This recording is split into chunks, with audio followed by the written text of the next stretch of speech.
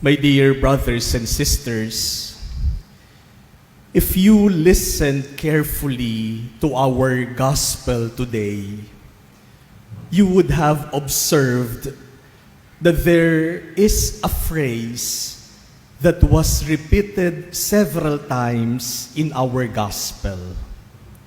Paulit-ulit na binanggit. What is that phrase? The phrase, a little while. In fact, it was repeated 7 times in our short gospel today.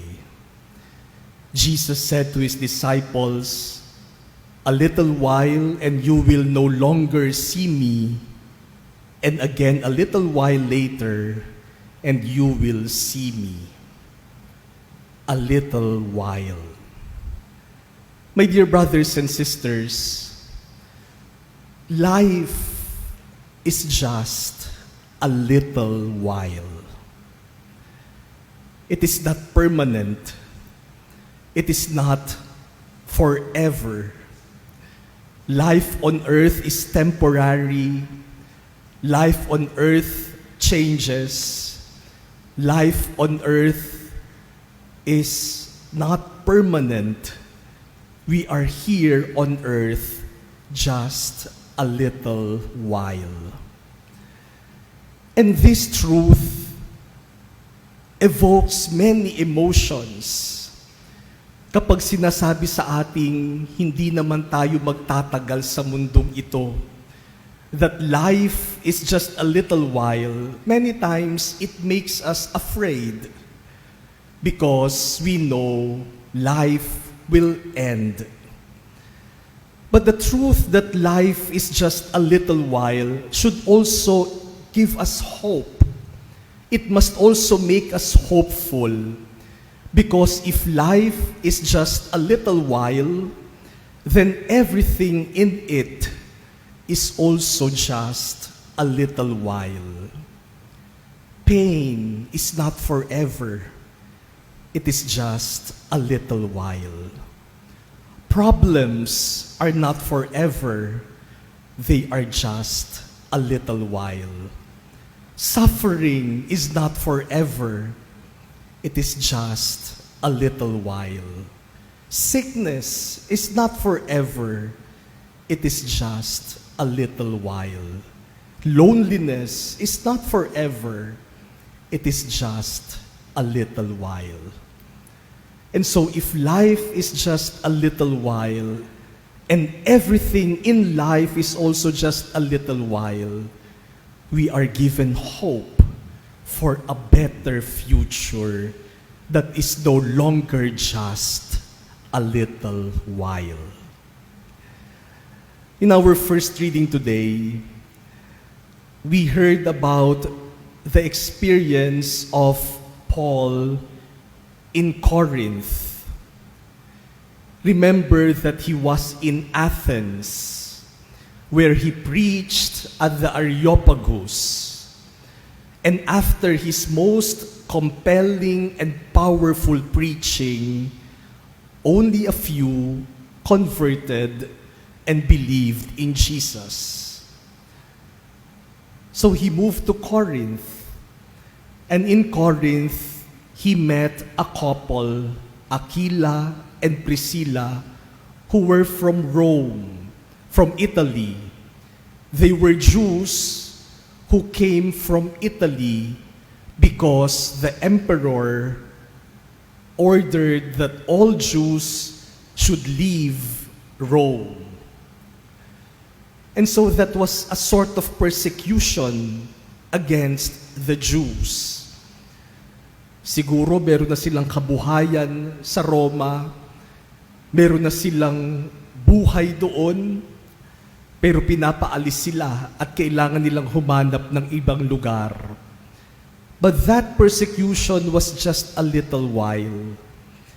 They found life in Corinth, and there in Corinth they met Paul, and with Paul they became missionaries of Jesus. their persecution was just a little while. That was also the experience of Paul. He preached the words of Jesus in the synagogue, and because of this, they reviled him, they opposed him. They could not accept what Paul was telling them, so they asked him to leave the synagogue. And so he left.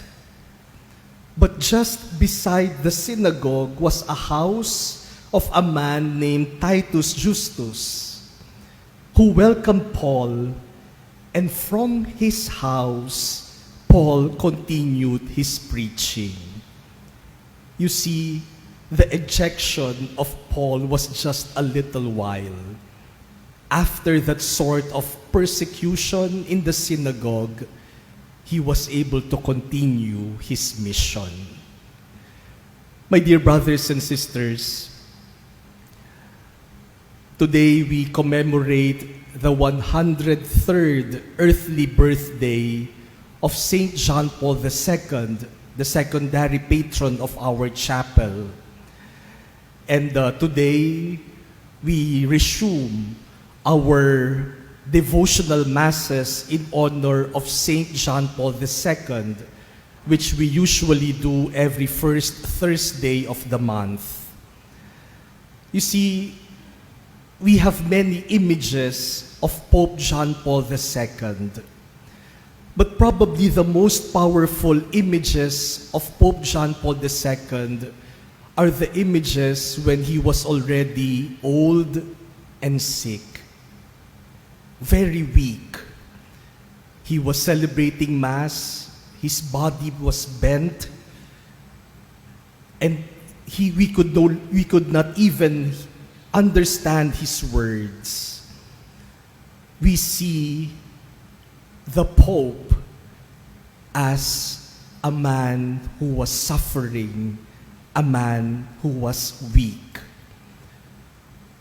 I think Pope John Paul II deliberately showed that to us in order to make us understand that life on earth is just really a while, a little while.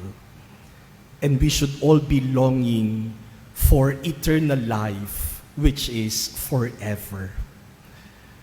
Life on earth is just a little while. And so Pope John Paul II constantly invites us to open our hearts to Jesus, to allow Jesus to be the priority of our lives, and to surrender our will to Him, so that after the little while on earth, we will experience everlasting life in heaven, as He does now. My dear brothers and sisters, because life is just a little while, let us make the most out of the little while that we have. And may this little while make us long for that day when we will be with Jesus, no longer just for a little while, but forever.